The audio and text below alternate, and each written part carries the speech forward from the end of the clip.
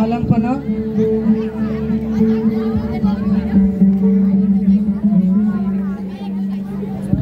ওখানে কেন? আজ আমরা তোমার মেহমান। দেখো কত শরীফ মানুষ এসেছে তোমার বাগিচায়। আবু ইসাক, মশরুর, এদেরকে যেমন দরবারে তেমনি মাকানে পাওয়া ভাগ্যের বিষয়। এসো এসো এখানে তাড়াতাড়ি। এই এরা এসেছে তোমার সেই হাসি শুনতে। একবার সেই বিশ্বজয়ী হাসি শুনিয়ে দাও তো। ইসাক, চোখ খোলো। হ্যাঁ তাড়াতাড়ি একবার তোমার সেই হাসি শুনিয়ে দাও। হাসি আসছে না কেন? এখানে লজ্জা পাচ্ছ? তাহলে ওই বারান্দায় গিয়েই শুনিয়ে দাও। জাহাপানা। কি বলো? হাসতে পারছি না জাহাপানা। কেন? তুমিও কি আবু ইসাকের মতো পানিতে ডুবে আছো নাকি? না জাহাপানা, আপনি জানেন ও পানি আমি স্পর্শ করি না। তাহলে হাসবে না যে? হাসতে পারছি না জাহাপানা। হ্যাঁ ইসাক, ওকে হাসির দাওয়াই দিয়ে দাও। ও এক্ষুনি হাসবে। এই একটু হাসো তো। হ্যাঁ, হাসি আসছে না জনাব আবু ইসাক। আমি খুদ আমিরুল মুমিনিন তোমাকে হুকুম দিচ্ছি, তুমি হাসো। তোমার হাসি আমরা শুনতে চাই। আমি এদের ডেকে এনেছি তোমার হাসি শুনতে। এখন কি বেজ্জত হবো? কই হাসছো না যে?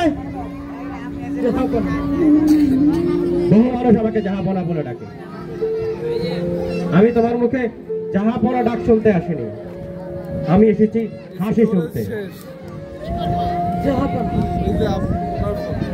বুঝেছি, তুমি হাসবে না। তুমি আমাকে বন্ধুদের সামনে বেইজ্জতি করতে চাও। মশরুর, হুকুম দিন এই নফরমানের গর্দান এখনই তো যুক্ত করে ফেলি। আলমপনা, আলমপনা বলো ইসা। আলমপনা, আপনি জানেন আমি কবি। হ্যাঁ, নাফরমানের গর্দান নেওয়া উচিত, কিন্তু এর অপরাধ কতটুকু বিচার করো। সে হাসছে না, হাসির জন্য ওয়াক্ত লাগে, যেমন নামাজের জন্য প্রয়োজন হয়। আবু ইসাক, তোমার কবিত্বের খোলা গাছে ঝুলিয়ে রাখ। হাসির জন্য ওয়াক্ত লাগে, সময় লাগে। কি বলতে চাও সাফ সাফ বলো।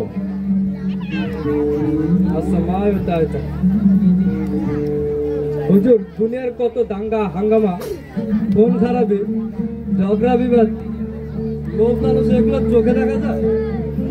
বেহুশ থাকাই লাভ।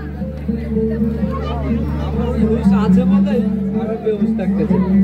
আর যাদের সে হুশ নেই, অর্থাৎ বেহুশ, তারাই হুশে থাকে। আর যারা ইসে থাকে তারাই বেহুশ। দুনিয়ার তাবৎ লড়াইবাজ, দাঙ্গাবাজ, বেরববাজ, অওরতবাজ, ঘোড়াবাজ, মরদবাজ নিজেদেরকে ভয়ানক হুঁশিয়ার মনে করে। এই ইসাক, তুমি এখন কি বলছো ওসব আমার মাথায় ঢুকছে না। এই মরদবাদ শব্দের অর্থ কি? বাকি সব না হয় তোরা বহুত বুঝি। আলমপনা, হ্যাঁ, সে লূত আলাইহিস সালামের জন্য।